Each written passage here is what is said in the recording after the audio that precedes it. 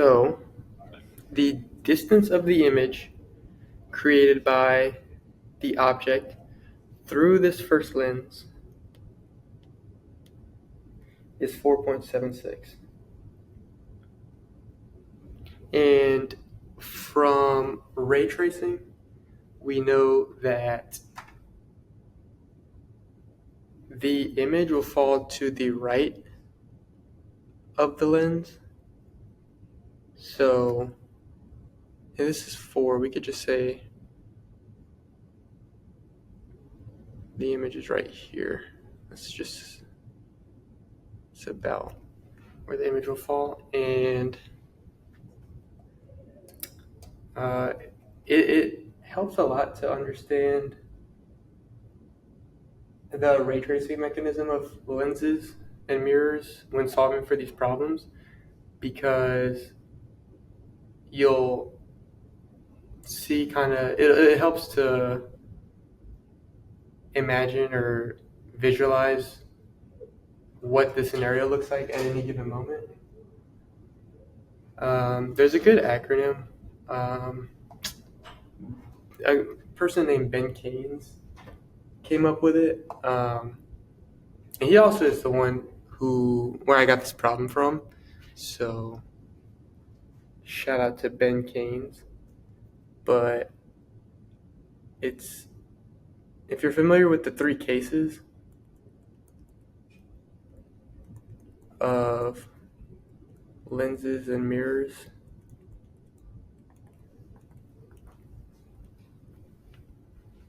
a quick overview just in case you're not.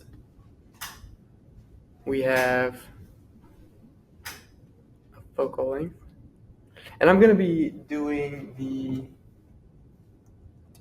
I could ray trace for you guys real quick, just because it's pretty important for having a good foundation of understanding when it comes to solving these problems.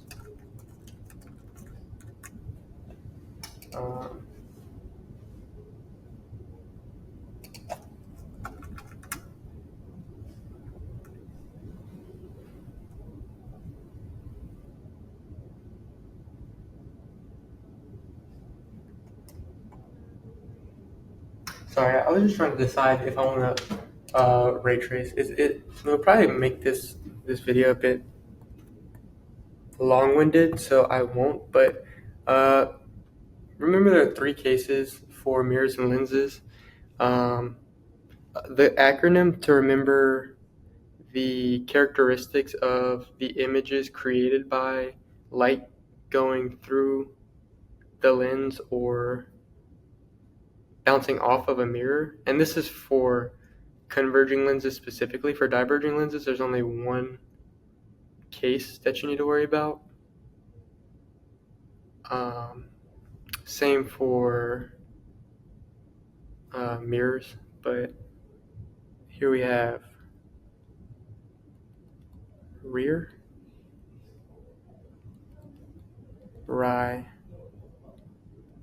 view.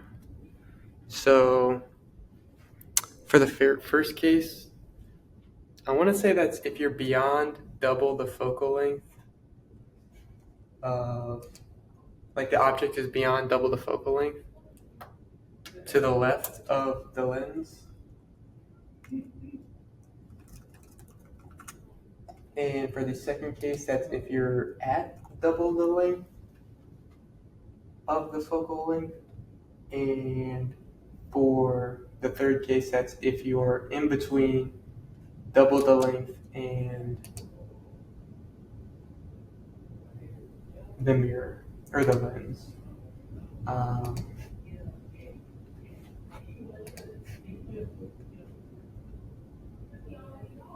I'm sorry, for case 2, I want to say that's it. If you're beyond, at, or below, using 2F as your marker or what have you.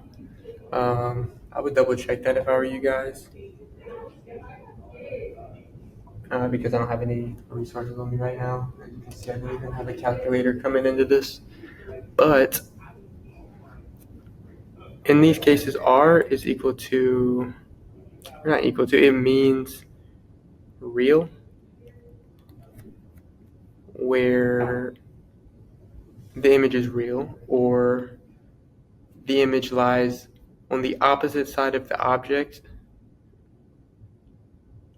as the lens, or of the lens. Virtual is whenever it's on the same side of the lens, so that's what your V would be equal to. Your I and your E stand for inverted, or I'm sorry, your I and your U, or upright. And then your second R either stands for reduced, or if your second R is an R, it's reduced, the third letter. And if your third letter is an E, that means enlarged. So this is case 1. So we know and this really isn't important for solving this kind of problem, but we know our image is real, so it's on the opposite side of the lens. So that's how we know it's right here. It's inverted, so we know it goes downward. And it's reduced, so it's smaller than this original object. So as you can see, our original object was about 1.5 of these tiles. About maybe 1 1/3. And this one is 0.5. The proportions might be off, but so be it. So now we can look at this distance image is 4.76. So this is the image of the object created by the first lens. And like I said, this will act as the object of our second lens. So let's set up the equation, or let's start setting up the equation of the distance image, because that's what we're looking for. What is the distance of the final image from the lens on the right? So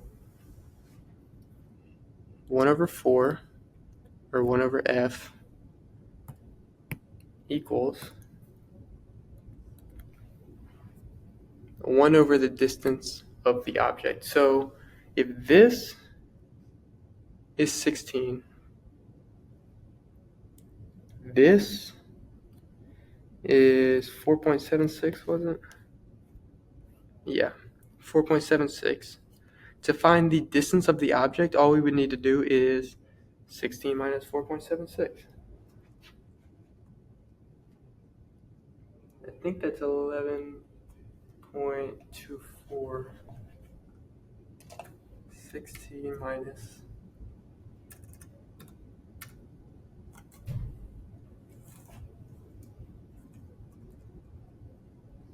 What was it? 16 minus 4.76? It's 11.24. So 1 over 11.24 plus 1 over the di that we're solving for. So let's rearrange the equation to solve for di. Di is equal to 1 over 4 minus 1 over 11.24. And I'm not going to work this out because it's the same concept as we did over here. It looks like the least common denominator would just be whatever 11.24 times 4 is. But we will end up with di being equal to 6.21. And that's 4. Let's call this 6.21. So this is where the distance of the final image from the lens on the right is. So let's call this 6.21. I think we're working in centimeters. Yeah, so all these, don't forget to write your units. I'm pretty bad at forgetting about that. But if you want to completely understand what the final image will look at, we could just apply these case rules again. And so our distance of our original object, not original object, but the image of the first lens and the object of the second lens is 11.24 centimeters away from the second lens. So that's over double the focal length. So we know we're working with case 1, and it'll be real. So it'll be on the opposite side of the lens, inverted. But remember, our object is down here. Our image is down here from the first one. And since we're treating that as the object of this one, it's this that's going to be inverted. So it's on this side right here, like we said, it's inverted. So it goes this way because it inverted one time through the first lens, then it inverts the second time through the second lens, and it'll be reduced. So it'll be even smaller than this second. I didn't draw it to scale. Let's just do that. So it'll be even smaller than the first image that we had, the second object that we were working with.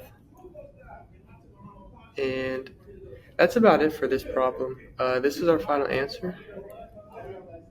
So just a quick recap of what we did.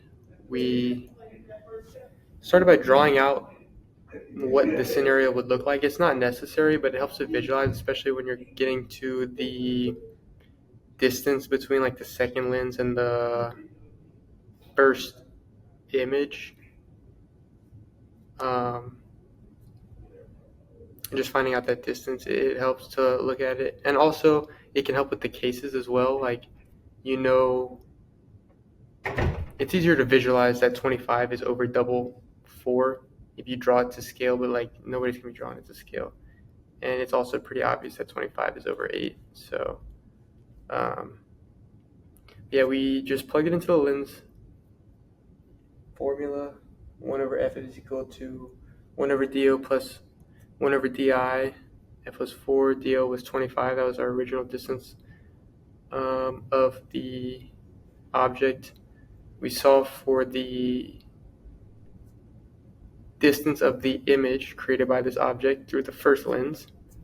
We had to extrapolate how far away this image was from the second lens. And after we did that, we treated that as our distance of our object for the second lens. So we plugged that in, 16 minus 4.76, 11.24, into the do of our lens equation. We solve for di once again, same steps as before. We just didn't go through the process of finding the LCD.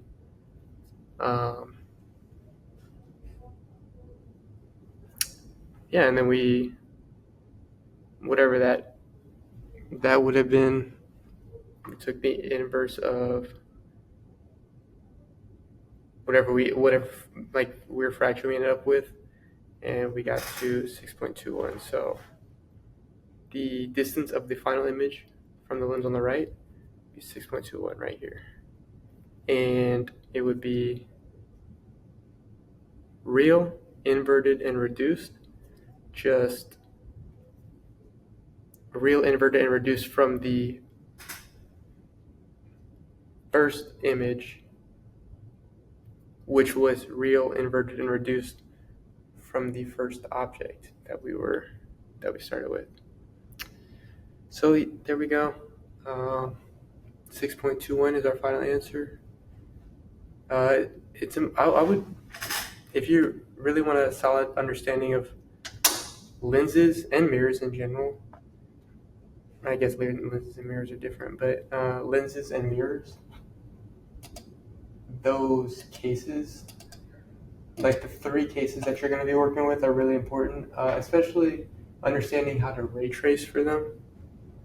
I could go over that in another video, but I didn't want this one to get too long, so I just gave you a quick acronym to remember what the image would look like from the object based on its distance from the lens.